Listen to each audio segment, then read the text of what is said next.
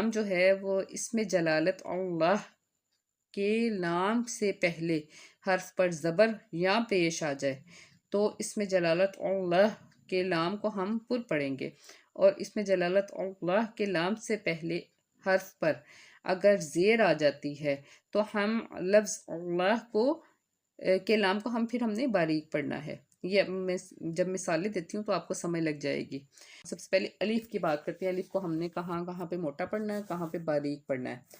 اب مثال دیکھیں سٹارٹ اس کی، قاف الف زبر قا، لام زبر لا، قال۔ یہاں پہ الف آ رہا ہے، اس سے پہلے حرف موٹا آ گیا تھا، اس لیے ہم نے یعنی قاف جو تھا حروف مستعلیہ میں ہے، اس لیے ہم نے اس کو پر پڑھا، قال۔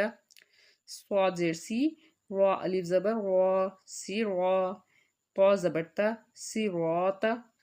اس میں یہ سب کو ہی ہم نے پر پڑھا۔